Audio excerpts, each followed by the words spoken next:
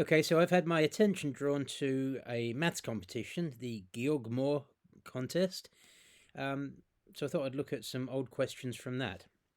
This is from 2006, and in this video I'm going to have a look at question 18, which caught my eye. So question 18, going to have a little look at that.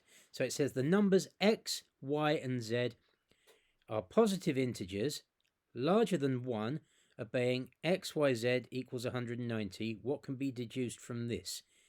Okay, so it's three whole numbers that multiply together to give 190. So the first thing that comes to mind is trying to do a factor decomposition of 190. So I'll just go get my writing paper and try and get this onto pen mode. There we go. Yeah, so 190. So I'm going to do a little factor tree. 190 is 2 times 95. 95 is obviously 5 times something, 5 times 19. So in fact, the prime factor decomposition is 190 is 2 times 5 times 19. There is no other way of breaking it down into prime factors. Prime factor compositions are always unique to each number. So that's interesting because it establishes something that wasn't immediately obvious, that the three numbers must be 2, 5, and 19. So it says x times y times z is 190. So we've established that x, y, and z are 2, 5, and 19. Not necessarily in that order because, x could be the 2 or x could be the 19. But they're three numbers and they are 2, 5, and 19. So what can be deduced from this?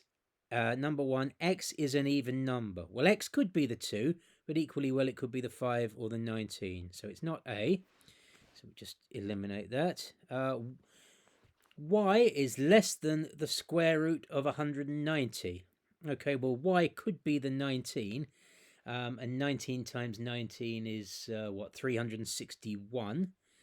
And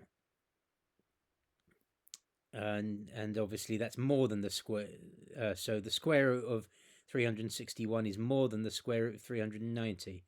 So it's not necessary that y is less than the square root of 190. 190?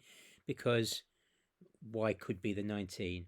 X plus y plus z equals 26. Well, that does look to be true. 2 plus 5 plus 7 is 26. And then third one, x plus y plus z equals 28. Well, that's definitely not true. And then x plus y plus z is greater than 29. That's certainly not the case because we've already established that they add up to 26. So the correct answer is C.